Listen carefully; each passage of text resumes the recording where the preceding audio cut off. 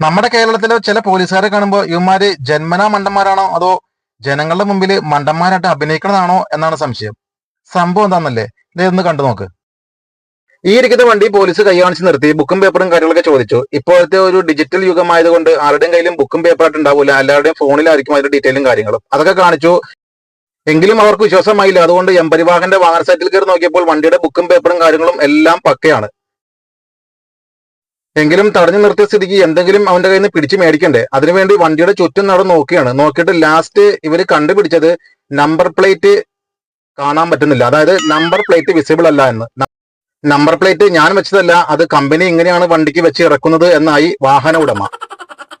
Number plate visible അല്ല എങ്കിൽ ഈ വണ്ടി എങ്ങനെയാണ് RTO ഓഫീസിൽ രജിസ്റ്റർ ചെയ്യാൻ പറ്റുക?